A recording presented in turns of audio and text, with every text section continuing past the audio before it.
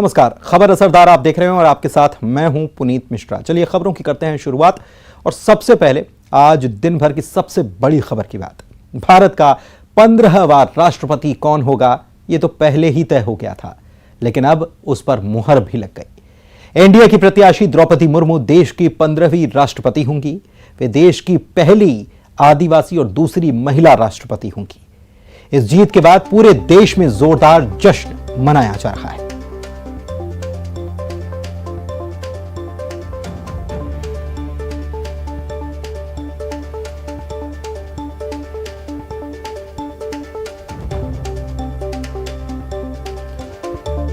तो रायसीना का रण द्रौपदी मुर्मू ने जीत लिया है और इसके बाद उनको बधाई देने का सिलसिला भी शुरू हो चुका है। प्रधानमंत्री पहुंचे थे, जेपी नड्डा पहुंचे थे उनको बधाई देने के लिए, इस जीत की बधाई देने के लिए दोनों नेता पहुंचे थे। कुछ देर पहले की ये तस्वीरें और इसके अलावा जगह जगह से बधाई संदेश पहुंचाए जा रहे हैं, जश्न मनाया जा रहा है। भोपाल की बात करें या रायपुर की बात करें या फिर बस्तर की बात करें, हर जगह जश्न की बीजेपी ने पहले ही तैयारी कर ली थी और उसी जश्न की तस्वीरें हम आपको दिखा भी रहे हैं, जहां पर बड़ी संख्या में बीजेपी के कार्यकर्ता नेता इकट्ठा हुए।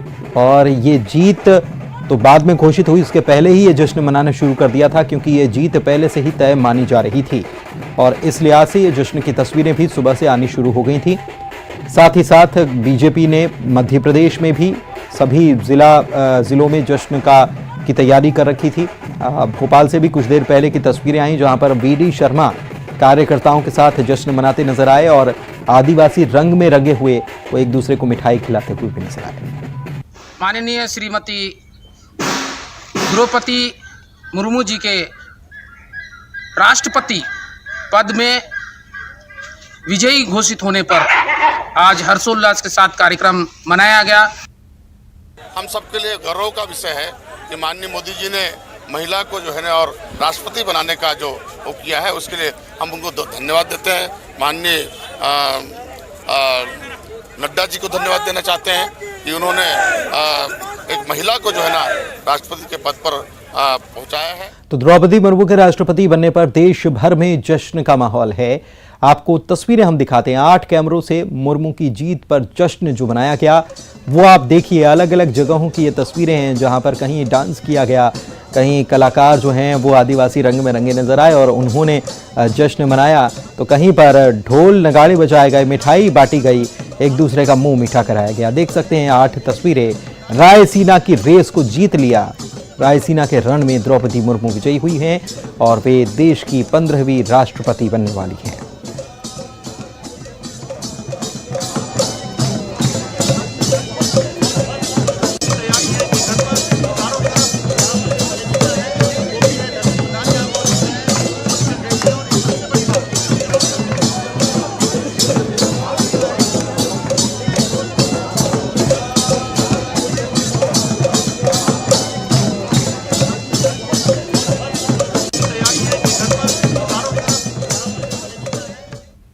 तो जैसा कि हम आपको बता रहे थे, भोपाल में बीजेपी के प्रदेश अध्यक्ष वीडी शर्मा ने भी बीजेपी कार्यकर्ताओं के साथ द्रौपदी मुर्मू की जीत का जश्न मनाया और एक दूसरे को मिठाई भी दी। देखिए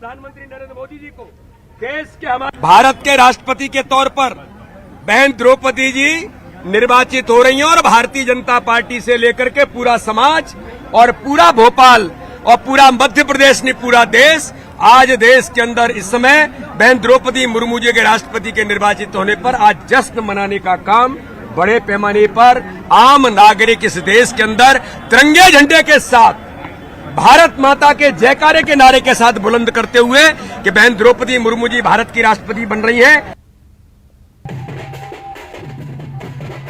और 3 तस्वीरें और आपको जश्न की दिखा रहे हैं।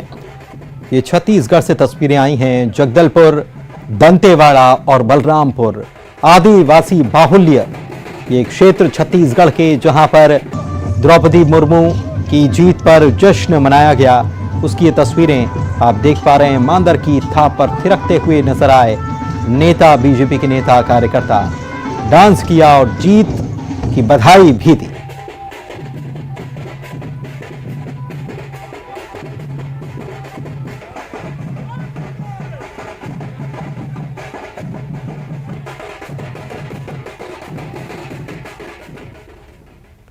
चलिए कुछ और खबरों की बात करते हैं। तो उज्जैन से खबर है, जहां पर सटोरियों के ठिकानों पर जिला प्रशासन ने बुलडोजर चलाया, मकान और होटल के अवैध हिस्सों को गिराया गया। कार्रवाई के दौरान भारी पुलिस बल भी मौजूद था। आपको बता दें कि 9 जुलाई को 7 सटोरिये पकड़े गए, जिन पर यह कार्रवाई की गई।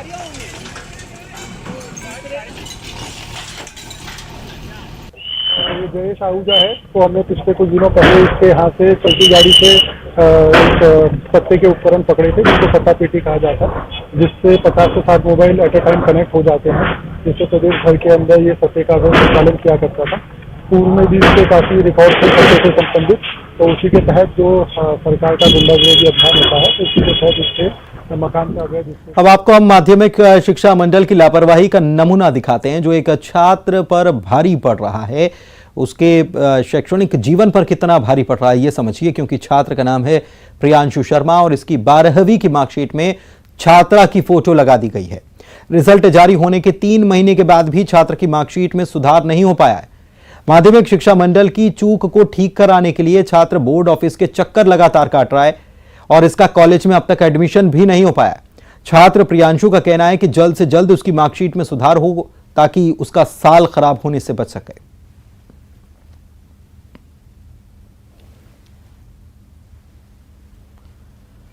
मंदसौर से मानवीय संवेदनाओं को झकझोर देने वाली खबर आई। यहां पर महिला को विक्षिप्त बताकर 4 साल तक प्रताड़ना दी गई। महिला को ससुराल वालों ने 10 बाय 10 के कमरे में कैद किया, जहां न लाइट थी न पंखा। शौचालय के लिए कमरे में ही गड्ढा खोद दिया गया था। महिला 10वीं तक पढ़ी है। 17 साल पहले इसकी शादी जिले के नाहरगढ़ थाना क्षेत्र के पिपलिया कराड़िया गांव में हुई थी। महिला के 2 बच्चे भी हैं। कभी यह महिला स्व सहायता समूह चलाया करती थी, लेकिन इसके ससुराल वालों ने इसे इतना प्रताड़ित किया कि आज वो मानसिक विक्षिप्त सी हो गई है। गांव वालों की सूचना पर पुलिस ने महिला को महिला आश्रय गृह भेज दिया। कि इस महिला को बंद कर रखा, काफ़ी टाइम से बंद कर रखा। कोई बोलता है 3 साल से 4 साल से। महिला अच्छी खासी थी, मेंटल नहीं थी, फिर भी इसे बंद क्यों किया? फिर हमने जाके फॉलोअप लिया, गांव वालों से मिले तो बताया कि हाँ सही बात है, बंद किया हुआ है। एसडीओपी नरेंद्र सोलंकी सर के माध्यम से, टीआई सर नाहरगढ़ के माध्यम से हमने महिला को छुड़वाया, वहाँ से रेस्क्यू किया और विक्षिप्त महिला आश्रय गृह में लाकर 2 दिन से लगातार हमारी काउंसलिंग चली। मनोचिकित्सक को दिखाया हमने और बात करने से प्रतीत हो रहा है कि महिला जितना मेंटल बताया गया था उतनी मेंटल नहीं है। भिंड में न्यूज 18 की खबर का एक बार फिर से असर देखने को मिला है। लाहौर के परयांच रेत खदान पर बारिश के बावजूद सिंध नदी से रेत का अवैध उत्खनन किया जा रहा था। कल अचानक आई तेज बहाव में कई ट्रक और डंपर फंस गए थे। इसकी खबर न्यूज 18 पर विस्तार से दिखाई गई थी। खबर दिखाए जाने के बाद प्रशासन हरकत में आया और आनन फानन में रेत खदान पहुंचकर 76 ट्रक और डंपर को पकड़ा है, जो नदी के अंदर खड़े हुए थे। खनिज विभाग की टीम इन सभी वाहनों की जब्ती की कार्रवाई कर रही है, लेकिन अवैध उत्खनन में लगी कंपनी शिवा कॉरपोरेशन की मशीनों को जब्त नहीं किया गया है। इससे खनिज विभाग पर सवाल अब भी खड़े हुए हैं।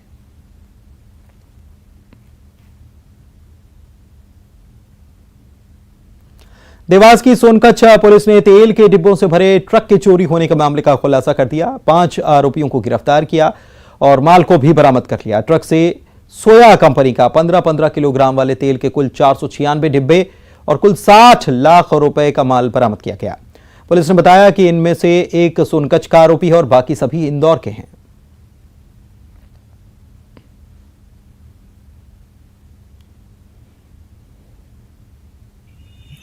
माल बरामदगी के लिए गई, वहाँ से उनको करीबन 496 डिब्बे और 106 पेटी श्रुति सोया जो चोरी गया था वो बरामद हो गया है। उसमें 5 आरोपियों से ये माल बरामद किया गया है। सीधी के रहने वाले अज्ञात युवक ने पीएमओ ऑफिस को मेल कर सनसनी फैला दी है। सूत्रों के हवाले से बताया जा रहा है कि पीएमओ ऑफिस में धमकी भरा मेल भेजा गया, जिसके बाद से तमाम केंद्रीय सुरक्षा एजेंसियां समेत सीधी पुलिस अलर्ट है।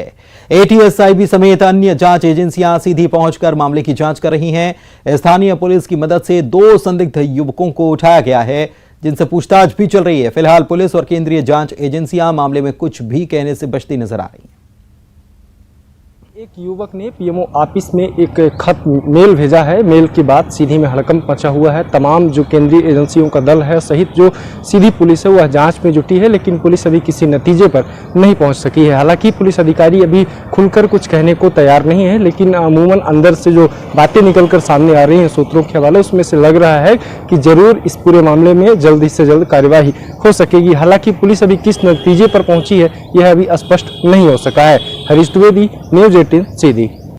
मंकी पॉक्स को लेकर इंदौर में अलर्ट जारी कर दिया गया है। स्वास्थ्य विभाग ने ये अलर्ट मंकी पॉक्स को लेकर जारी किया है।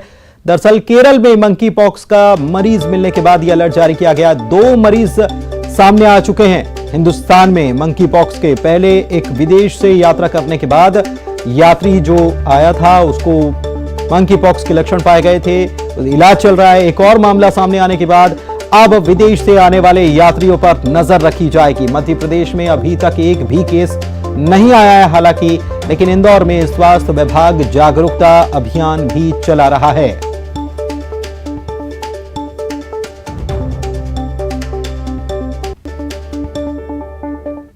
जो नई एक केस हमारा केरल में रिपोर्टेड हुआ था और उसी की एडवाइजरी जारी फिर से हमारी जो सेंट्रल गवर्नमेंट से आई थी और स्टेट गवर्नमेंट से जो गाइडलाइन आई है उसी के आधार पर हम लोगों ने आज फिर से पुनः एक बार उसको एडवाइजरी जारी की है।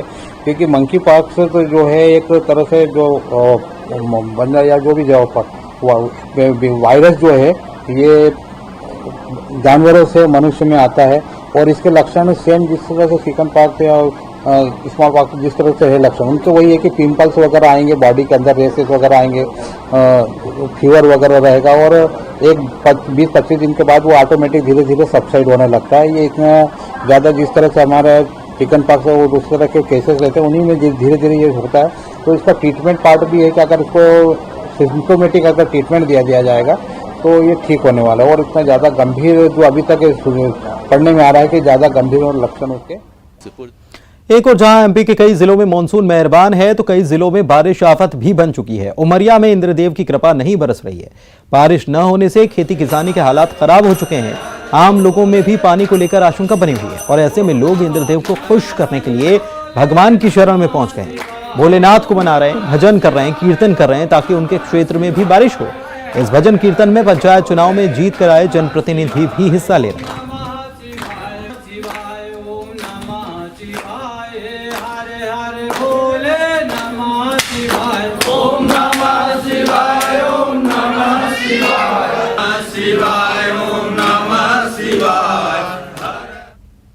एक तरफ पानी बरस ही नहीं रहा है तो दूसरी तरफ बारिश ने एमपी के कई इलाकों में जनजीवन को बुरी तरह से प्रभावित किया है। लेकिन छतरपुर के जटाशंकर धाम में इन दिनों बड़ी संख्या में लोग पहुंच रहे हैं। वजह जानने के लिए रिपोर्ट जरा देखिए।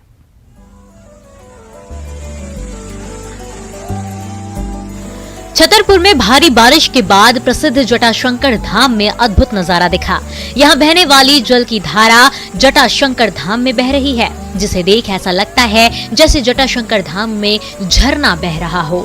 इस शानदार नजारे ने जटाशंकर धाम की सुंदरता देखते बन रही है। भगवान शिव के दर्शन करने हजारों श्रद्धालु जटाशंकर धाम पहुँचते हैं और पवित्र कुंड में स्नान कर अपनी मनोकामनाएं मांगते हैं।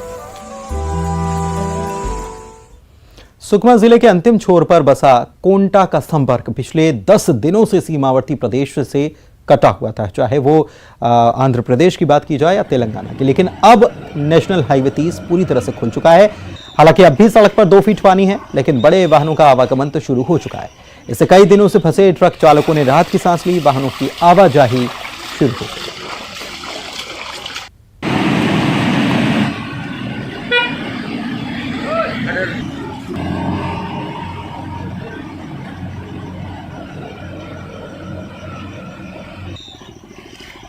पिछले 10 दिन से NH 30 जाम है। यहाँ पर ठीक पीछे देख सकते हैं कि वीरापुरम के पास में अभी भी जो है जाम की स्थिति बनी हुई है, लेकिन सुबह से जो है यहाँ पानी कम हो गया है। देख सकते हैं कि आप ट्रक किस तरीके से जो है यहाँ से निकल रहा है। अभी भी बताया जाता है कि जो 2 से 3 फीट पानी अभी भी सड़क पर मौजूद है, लेकिन उसके बावजूद भी ट्रकें आना जाना कर रही है, क्योंकि पिछले 10 दिन से जितने भी ट्रकें थी यहाँ पर जाम में फंसी हुई थी, जिससे वाहन चालक तो परेशान थे ही, इसके साथ ही साथ जो है उनके मालिक भी परेशान थे। आज सुबह से जो है रात की बात ये है कि ट्रकों का कम से कम आना जाना शुरू हो चुका है, छोटे वाहनें जो है अभी भी नहीं जा पा रही है। सतीश चांडक, न्यूज 18 सुकमा। उधर कोरबा जिले के पोड़ी बहार मोहल्ले में एक शख्स के बिस्तर पर सांप नजर आया। इसके बाद वो आनन फानन में अपनी खाट छोड़कर वहां से भाग निकला और स्नेक रेस्क्यू टीम को इसकी जानकारी दी गई। मामले की सूचना मिलते ही मौके पर पहुंची रेस्क्यू विभाग की टीम ने सांप का रेस्क्यू किया और उसे सुरक्षित जंगल ले जाकर छोड़ दिया गया। तस्वीरें जरा देखिए।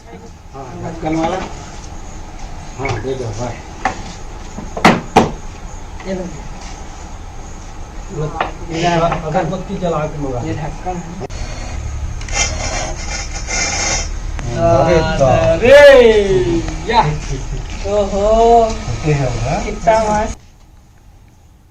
तो कोई सोच भी नहीं सकता कि ये सांप यहाँ पर छुपा बैठा होगा। देख सकते हैं ये पाइप लोहे का जो है इसके जिसकी खाट बनी हुई है उसके अंदर छिपकर ये सांप बैठा हुआ था और कितना खतरनाक ही हो सकता था। आखिरकार इसे पकड़ लिया गया और इसे जंगल में छोड़ दिया गया।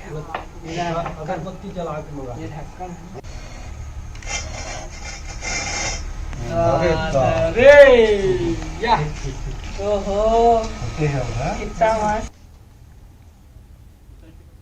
देश और दुनिया में बाघों के लिए विख्यात पन्ना टाइगर रिजर्व प्रबंधन एक बार फिर से सुर्खियों में है।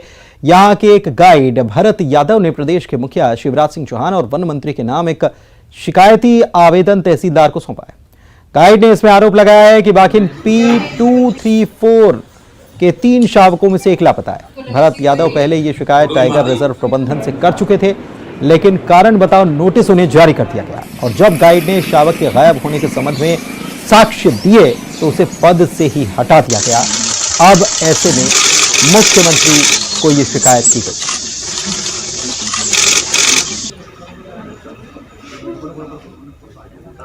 मैंने देखा कि मेरे टाइगर रिजर्व में एक वन जो है ना उसकी मृत्यु का पता चलता है, ना किसी प्रकार की जानकारी होती है और वो गायब हो जाता है, तो उसकी सूचना लेना मेरा कर्तव्य बनता है कि मैं उसकी सूचना लूं कि सर ये बच्चा गया कहाँ। मैंने सूचना लेनी चाहिए तो उन्होंने उल्टा ही मेरे को कार्य से पृथक कर दिया। नहीं, मामला मेरे पास भी इस प्रकार की बात आई थी और रेंज हमारे परिक्षेत्र अधिकारी उस प्रकरण की जांच कर रहे हैं कि इस प्रकार की कोई बात कही गई है टाइगर के संबंध में, कोई गायब होने या जानकारी इस प्रकार की थी, तो रेंज ऑफिसर के पास वो भी जांच में है और जैसे ही जांच में कोई भी बात सामने आती है तो मैं आप लोगों को अवगत कराऊंगा।